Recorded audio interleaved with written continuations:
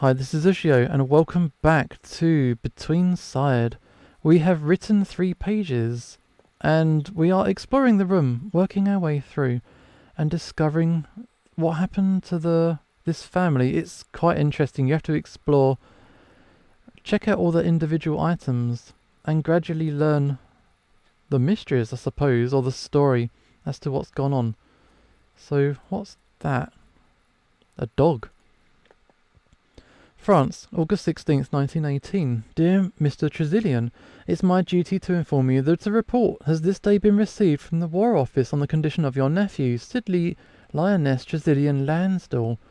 During an attack made on the German position last Thursday, August 8th, Major Lansdell of the 1st Cavalry Division was hit by a piece of a shell and wounded severely. He was taken to a hospital in haste and has been receiving care. However, I am informed that his chances of survival are low. His brother, Lieutenant Lansdell, has been unable to take time from the Admiralty to visit the Major. He's been attended to his commanding officer, Lieutenant Colonel Sanderson, who wishes to pass on his sincere condolences. Okay, so it says his chances of survival are low. It's not a guarantee that he got killed. I don't know. So we can rewrite the past. So what shall we write? His brother Lansdell was there at his side until the end. He passed quietly in his sleep. Oh man. Erase sleep. Smiley face. That's a bit of a more gentle letter. Okay, we'll go with that. Clerval had been a loyal dog before he died, and Vincent withdrew from the world outside. Neither dog nor owner were of an emotional temperament. Vincent had learned long ago to never let the inside out. Yet, when one of his animals passed, he could not stop from weeping. Okay. Poor old doggy. So, I'm just going from side to side. The chest, that seems like a big one right in the centre of the room. I'm going to avoid that for now. What's over here? There's some tools. Oh, is that a painting? Let's try the painting. I sat at the bar of my London club. What's it going to be? The bartender asked, casting a disapproving glance toward my gentle companion. Champagne, Ysty replied. And for you, sir? The bartender turned to me. Alcohol was not my vice, so I said, I don't know, orange juice, if you please, my good man. Okay. The end.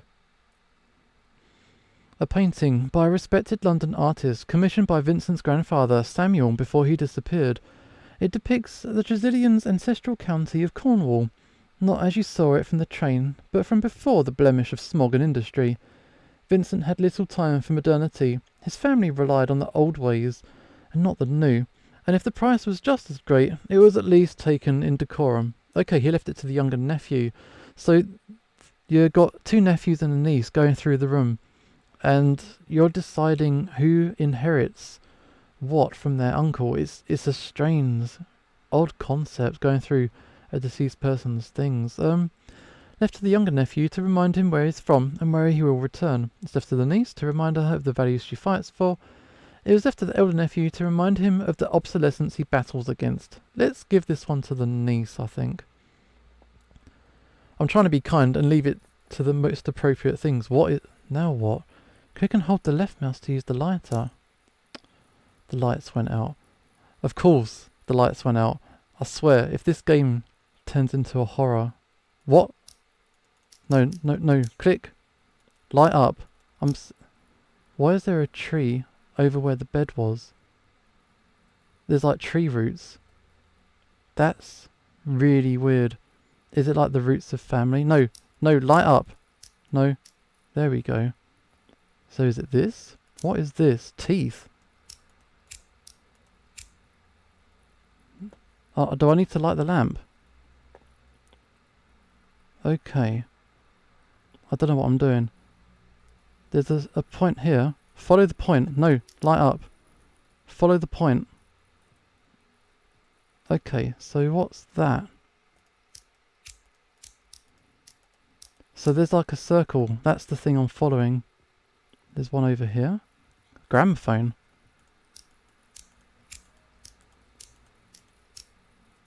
Oh! And now we're outside the room. Looking inside. Scared. Scared. Regret. Oh my god. It's not like outwardly creepy, but it is creepy. I do not... What is this thing? It's like a giant snail? What is it? Looking at this thing, what is this thing? That's creeped me out. It really got me. The hunchman dragged himself up the polished wooden stairs. He gasped as he neared the top, placing a hand under his right breast. The wound had never truly healed. He conquered the last few steps, then straightened back to his imposing height. From within the room his heavy footsteps could be heard, louder and louder. They stopped. The brass handle of the door turned, then shook. "Samuel, unlock this door." The voice boomed. Inside the room, a young man sat cross-legged on the floor, motionless. For God's sake. For God's sake, the voice outside snapped. There was a bang as he tried to force the door open. The young man remained motionless. "You're acting like a child. Your wife and your stepmother are worried, wretched. Where did you learn to be such a brat?" The young man remained motionless. A final time, he tried turning the brass handle. There was a sigh, and then the heavy steps again getting quieter. Everything was silent once more. A small gust of wind came from under the door, scattering the papers that carpeted the floor. One landed in the smouldering fireplace and began to burn. The last words cremated were, "To my boy." Above the fireplace, the painting of the father looked down as the juddering, not human, knelt by his only son. She felt his ice-cold cheeks and left the body be. What is going on? It's so weird. Are we back inside the room? Yeah, this game is like... It is actually creeping me out. I'm not sure if that's the intention, but it's getting me quite bad.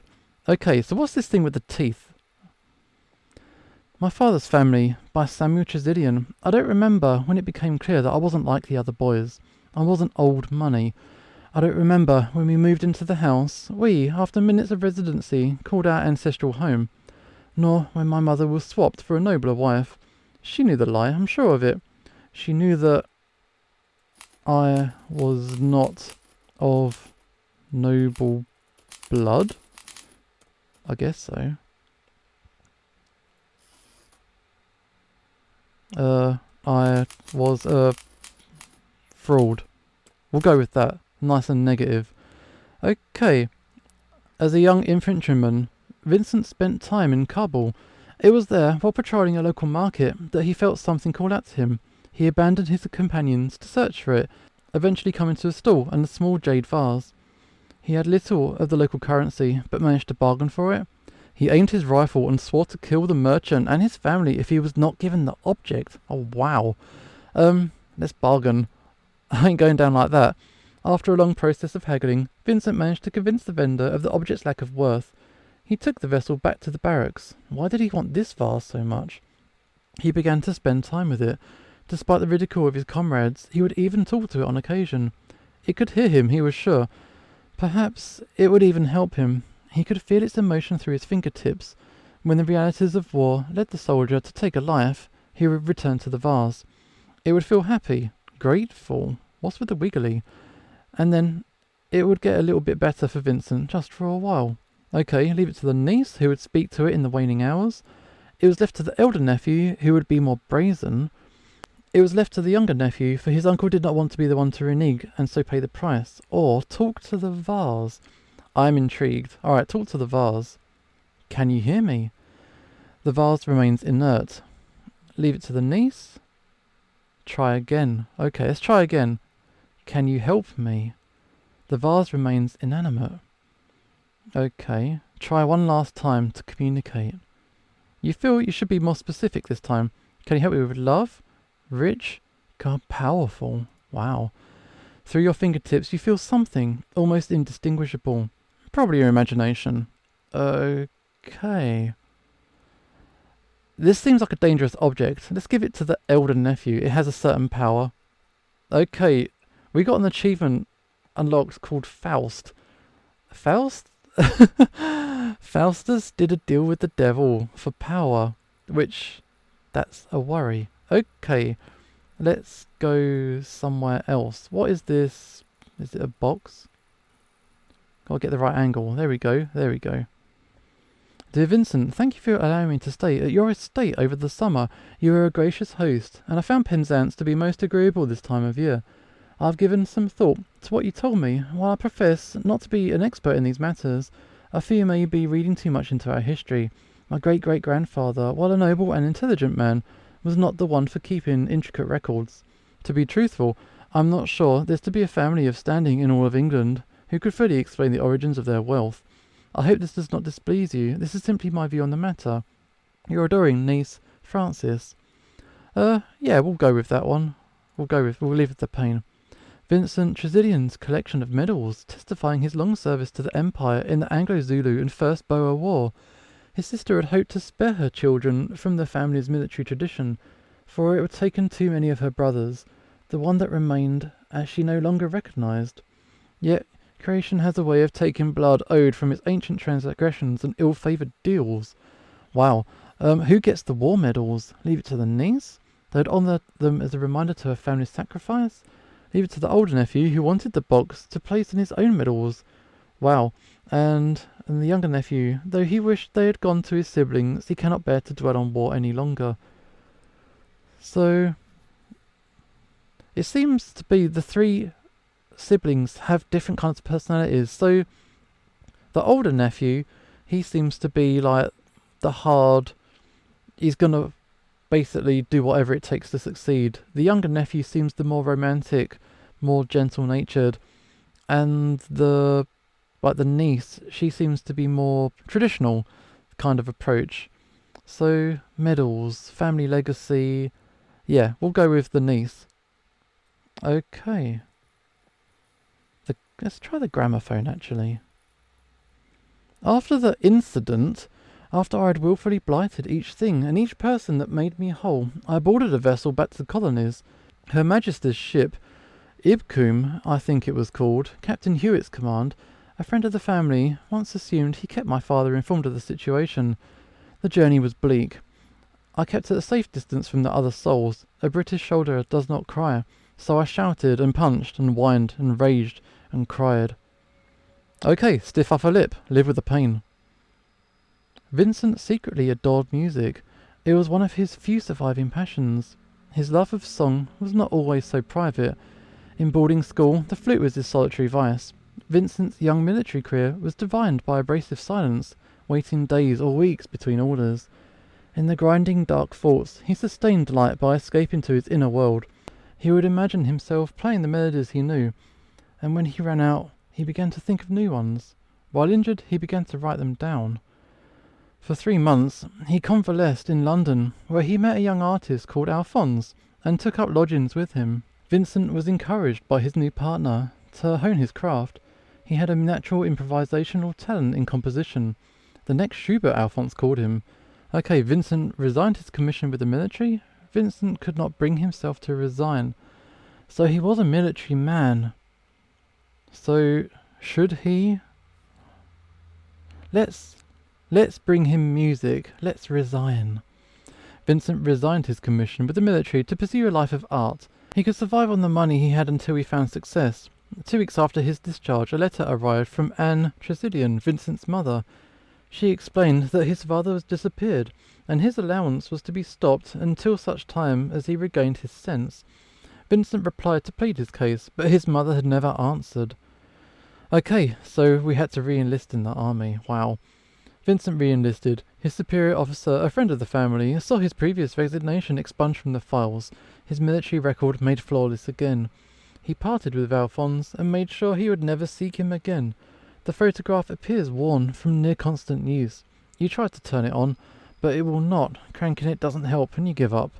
You are sure you heard it play not long ago. Still, it seems to be in serviceable condition, and a professional could no doubt see it working. It was left to the niece to help her better understand her uncle. It was left to the elder nephew, who had nurtured a simulacrum of taste to fool his peers. It was left to the younger nephew to help him feel elsewhere. Younger nephew. Okay. What next? Whoa! Ah, it's the lighter again. It's the lighter. Okay, so let's head for these dots. There's someone there. I got chills. I got chills! Ah, fuck me up. I don't really play spooky games. I really don't do very well with them. But he's definitely over there. Okay, so let's hit up these white dots. Okay, there's the chair, the gramophone, the chair.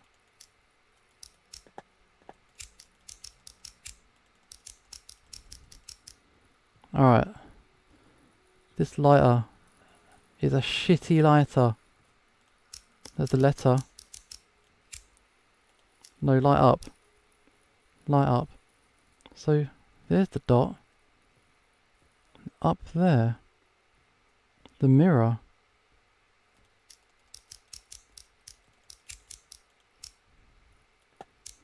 What the hell is this? It's all gone like negative and creepy. Okay. Evil. Fraud. All these creepy words. Sorry, regret. Okay, scared. Blood. Oh, what is that? It's another flying thing. Right, let's talk to it. Hello? Okay. A wine glass slipped gracefully to the floor, bursting into shimmering shards and a rose-tinted tide. Cabernet soaked into the thick Turkish fabric of the hall carpet. The guests turned to consider their clumsy host. His forehead was in his hand, his skin white as ivory. Tears ran down his face and arm, though he remained silent. Eliza rose from her seat and went to his side. "Are you well, Tobias?" He shook his head. "Anne, take your father to his chambers." A young woman grabbed the man and dragged him out of the door. The room remained quiet, as the guests heard their slow thumping progress up the stairs. "Do you think your husband will be joining us for dinner?" an acquaintance of Tobias asked as the gathering returned to its conversation. Eliza smiled reassuringly. "Oh, I'm sure of it." The man nodded and returned to his assembled clique on the far side of the hall. A teenage boy cautiously approached Eliza. "Is there anything I can do to help?" he asked. Eliza glared at her son. "If it had been expected of you to speak, Stephen, I would have left the room." Okay, so this is some really spooky stuff. Okay, so I think that will do for this episode. There's several more things to check out, like the antlers, all kinds of stuff. Oh, it's all kinds of stuff. Okay, so yeah, lots more to do. 6 pages written, and this is Ushio signing off, and hopefully I will see you next time.